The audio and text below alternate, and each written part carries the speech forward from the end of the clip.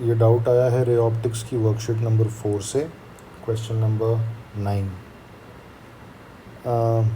Simple straight forward question है, थोड़ी सी calculation है। ये एक कॉन्केव मिरर है। एक ऑब्जेक्ट इसके प्रिंसिपल एक्सिस पे इन्फिनिटी से चलना शुरू करता है और सीधे पोल तक आता है। ठीक है, ऑब्जेक्ट इन्फिनिटी से शुरू करता है और पोल की तरफ चल के आता है। It is travelling on the principal axis और इस कॉन्केव मिरर का रेडियस ऑफ कर्वेचर है 40 सेंटीमीटर। हमें ये फाइंड आउट करना है कि how many times distance between object and image will become 40 centimetre. How many times distance between object and image will become 40 centimetre. Options हैं 1 time, 2 time, 3 times और data is insufficient. तो radius of curvature इसका 40 centimetre है, तो जो इसकी focal length है वो 20 सेंटीमीटर हो जाएगी विथ साइन -20, क्योंकि कॉन्केव मिरर है तो विथ साइन -20। ठीक है, तो ये हमने मिरर इक्वेशन यूज़ कर ली। फोकल लेंथ की वैल्यू -20 लिख ली। v इमेज का पोजीशन कोऑर्डिनेट है, u ऑब्जेक्ट का पोजीशन कोऑर्डिनेट है। ठीक है, मैं अपनी तरफ से अभी u के या v के आगे कोई साइन नहीं लगा रहा हूँ, उसको एज इट इज़ ही छोड़ दे रहा हूँ। ठीक है, तो ये 1/u वाले टर्म को हम इधर ले आएंगे, सिंप्लीफाई करेंगे, ये हमारा v आ जाएगा। इसको आप निकाल लीजिए। अब हमें कहा गया है कि इमेज और ऑब्जेक्ट के बीच का डिस्टेंस 40 सेंटीमीटर होना चाहिए। अब v क्या है? v इमेज का पोल से कोऑर्डिनेट है, पोल से उसका पोजीशन कोऑर्डिनेट है, और u क्या है? ऑब्जेक्ट का पोल से पोजीशन कोऑर्डिनेट है। तो डिस्टेंस फॉर्मूला क्या होगा? दोनों पॉइंट्स के ओ और आई के बीच में गैप कितना होगा? v माइनस यू का मॉड, क्योंकि पता नहीं है ना हमें कि v बड़ा है या u बड़ा है। सो डिस्टेंस जो होगा डिस्टेंस फॉर्मूला के according it will be mod of v minus u. So that should be equal to 40। That means अब सिंपल मैथ से अगर mod v minus u is 40, so v minus u can be इधर +40 और -40। v की value put कर दी यहाँ पे, एक बार प्लस साइन ले लिया 40 के आगे, एक बार माइनस साइन ले लिया, दो इक्वेशंस बन जाएंगी हमारी। आप पॉज करके चाहे तो इन इक्वेशंस को सॉल्व कर लीजिए।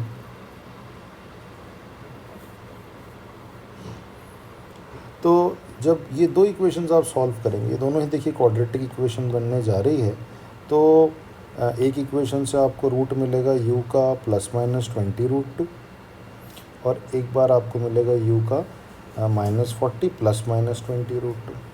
पर नोटिस कीजिए u नेगेटिव ही हो सकता है। क्यों? क्योंकि जो हमारा ऑब्जेक्ट है वो कहाँ है? वो मिरर के सामने है। जो इंसिडेंट लाइट की डायरेक्शन है ऑब्जेक्ट से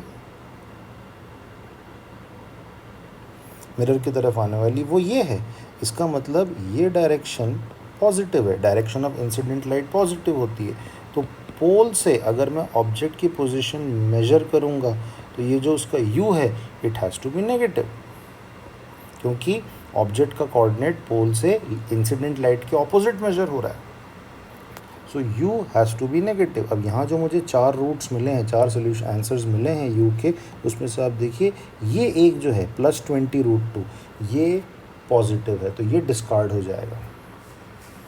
ये नेगेटिव चलेगा -20√2, और यहाँ पे चाहे मैं प्लस लूँ चाहे माइनस लूँ u नेगेटिव ही रहेगा। So since u can be negative only, तो जो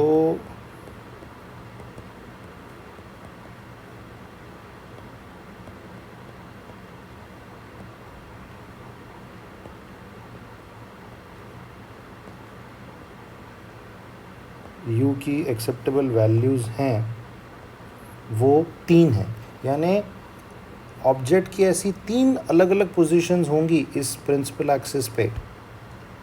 ऑब्जेक्ट की ऐसी 3 पोजीशंस होंगी प्रिंसिपल एक्सिस पे जब ऑब्जेक्ट और इमेज का जो डिस्टेंस है, उनके बीच का जो गैप है वो कितना होगा? 40। उसी कंडीशन को सॉल्व करके तो ये हमने निकाला है। सो देयरफॉर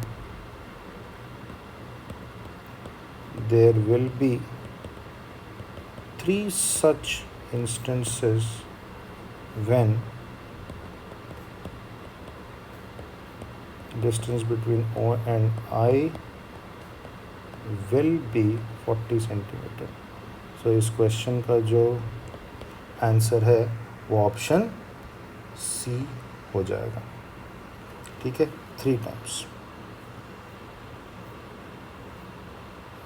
ओके, अब मैंने इस क्वेश्चन को टोटली ब्रूट मैथमेटिकल वे में किया है।